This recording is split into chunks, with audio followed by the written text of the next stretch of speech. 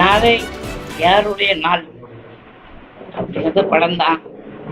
வேற எதுக்கு நினைச்சுக்கிறாங்க, இல்லை அரசியலோ இது இல்லை. அப்புறம் புரொடக்ஷன் நம்பர் 1 2 படம் எடுத்துருக்காங்க.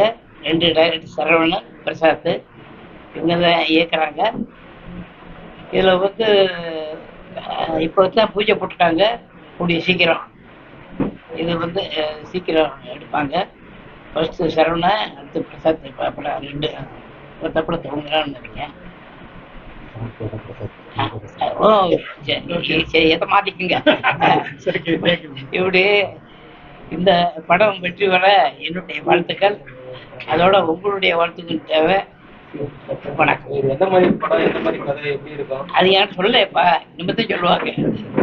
நிமித்தம் சொல்லி இந்த நாட்களுக்கு அப்புறம் படம் நடிச்சிருக்கீங்க லால் சலாம் ரஜினி கூட.